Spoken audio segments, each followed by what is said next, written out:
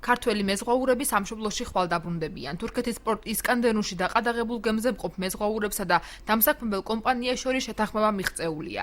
გემზემყოფი მეზღვაური სატელეფონო საუბრისას ამბობს, რომ ისინი შემოთავაზებას გემზე არსებული გაუსაძლისი პირობების გამო დათანხმდნენ. მერაბ ჯიბლაძის თქმით, დღეს მათ სასტუმროში გადაიყვანენ, ხვალ კი დოკუმენტაციის მოწესრიგების შემდეგ სამშობლოში გამოემგზავრებიან. 9 საათში მოვა ალბათ უკვე და ეს სწავლობენ სასტუმროში ასეთი ინფორმაცია გადმოგცეს საელჩოდან და აგენტმა დაგვირეკა ყვალისთვის დილისთვის უწევდით სასამართლოში რაღაც ნოტარიულ საშეკრულებას გაგაფორმებინებო და ყვალისთვის წამოვათ ალბათ პასუმში, მაგრამ რით წამოვათ ჯერჯერობით უცნობია. მოქცევაზე დავთანხმდით უბრალოდ გემის სუდი მდგომარეობიდან გამომდინარე და მოვდივართ. ოჯახის წევრებს დღეს საკრუინგო კომპანია ზურგის ქარის წარმომადგენელი შეხვდა და მათ ერთი თვის ხელფასი გადასცა. რაულ ფარტენაძის განცხადებით, გემის გაყიდვის შემდეგ მეზღვაურები დარჩენილ ხელფასსაც მიიღებენ.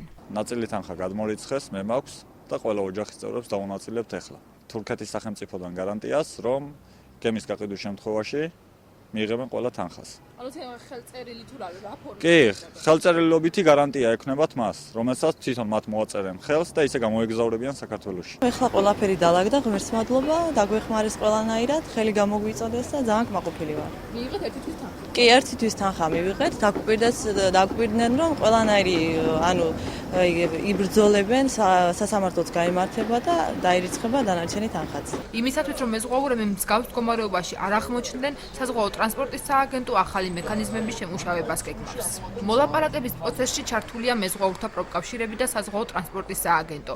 ანატოლი ჯიჯავაძის თქმით, სამშობლოში დაბრუნებამდე მგზავრობის თანხებთან ერთად საკვების პრობლემაც მოუგვარდებათ. დღესდღეობით შივრები არ არიან, მაგრამ პრაქტიკულად ამოწურულია ყველაფერი, ასე რომ ვთქვათ, მაგრამ დღეს მაინც მისცემენ მათ, მე მგონი, არა მარტო საგზაო ფულს აუღებენ, რა თქმა უნდა, მე მგონი წვიმა რაღაცას მისცემენ, რომ გზაში მაინც რაღაცა საკვები მეზღვაურების მოტყულება ხდება მსგავსი მეთოდები და ამიტომ სამომავლოდ ჩვენ ვაპირებთ ცოტა გავამკაცროთ ეგ მექანიზმების შექმნათ, რომ ქართველი მეზღვაურები მსგავს სიტუაციებში არ აღმოჩნდნენ და ყველაზე მთავარი კიდევ ერთხელ მინდა ვთქვა, რომ აუცილებლად ყველა მეზღვაურს მოუწოდებ, ვიდრე დასაქმდებიან საეჭვო კომპანიების ფლობელობაში არსებულ გემებზე და არ ეკონ ჩვენ ხელხაზე ან მოვიდნენ და გვანახონ კონტრაქტები. შეგახსენებთ, რომ ინგლისის დროშის ქვეშ მცურავ აქვა ჰერკულესზე 4 ქართველი მეზღვაური უკვე მეოთხე თვეა იმყოფება. მათი სრული სახელფასო დავალიანება 35,000 ევროში ადგენს, რომელთა ანაზღაურებას დამსაქმებელი თურქული კომპანია